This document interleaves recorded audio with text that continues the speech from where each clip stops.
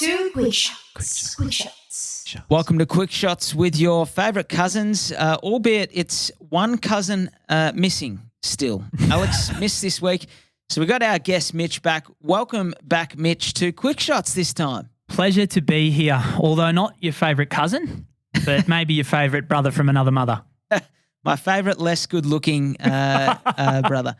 Hey, I'll give you the honour of having the two questions to my one this week, and I'll start with Andreas. Very topical. Andreas wanted to know, how are the floods going to affect prices for suburbs in the areas affected? Did something similar happen? He's referenced the 2011 floods and that he felt something similar happened following the 2011 floods in those areas affected.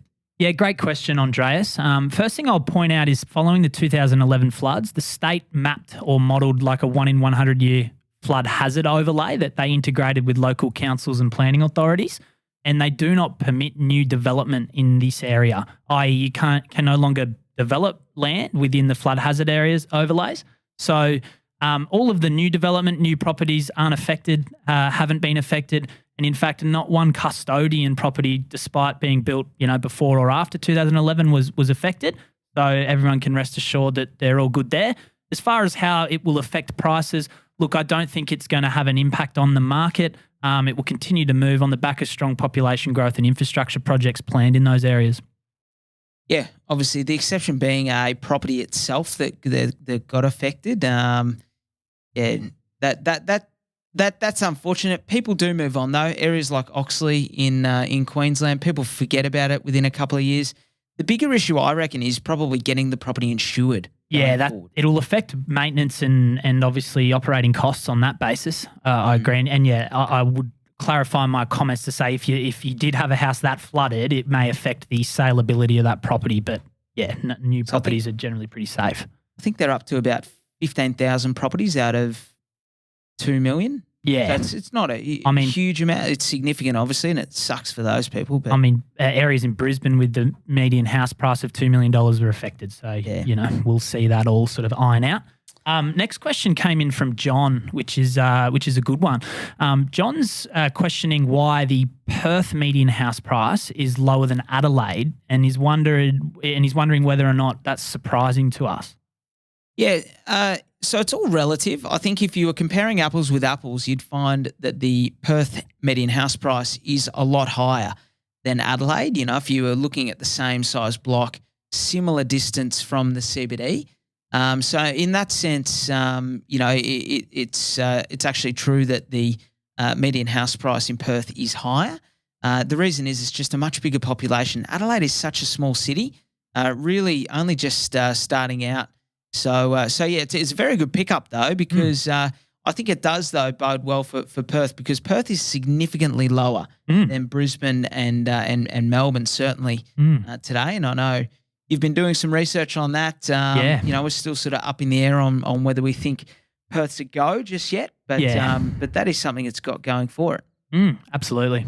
I'll throw to you on this one, and again, Joanne, this is a very good question. She wants to know, she's got a 650 square metre block on the Gold Coast and wants to know if it may be possible for her to subdivide that property in the future. Yeah, well, so great question. And first point I'll make is that the Gold Coast LGA in particular has a critical supply issue, and the only solution to supply is density. So therefore, I think the council is going to be supportive and open to, blocks that may be 650, subdivided down into smaller houses that are more dense, or, sort of innovative types of product can be built on those. I will caveat that statement with saying that everything's subject to council approval, and you should speak to a town planner, obviously, before going ahead with anything. But yeah, I think that there's certainly scope to increase density in areas, particularly in those LGAs that have supply issues. 650 square metres is huge today. I think we're seeing as low as 100 square metres in some areas, and sort of, I would say the average is very fast approaching early 300 square metres, would you say? Yeah, absolutely. And there's parts in the Gold Coast already that you alluded to that you do have 100 square metre blocks that, are in an RD5 type of zoning. So, yeah, absolutely. It's on the cards, and I reckon we'll see more and more of it as we progress through all the urban footprint. yeah, just check the services as well, Joanne. That's another thing that the town planner will be able to take care of that Mitch and I would have no idea without knowing where your property address is. But all the best with it. If you need a hand, let us know. That is the Quick Shots. Thanks again, Mitch, for joining us this week. Alex is going to be under the pump. You just love playing around with this desk, don't you? For the listener who is listening to this podcast, Mitch keeps pressing buttons on the desk, and it's one of those flexible ones. I think it might be in the acquisitions budget for a new desk next financial year. I reckon I like this thing. Trying to leave your mark. Thanks again, guys. If you enjoy the podcast, please refer us to just one friend. We really appreciate it. Love hearing your feedback. If you've got a question, our emails are in the show notes, socials. That's how we get them. Thanks again. Have a great week. Thanks, guys. Thanks for listening to another episode of The Double Shot with your favourite cousins, Alex and James Fitzgerald. If you've got a burning question or something we absolutely need to talk about on the pod, please write to us. Both of our emails are in the show notes.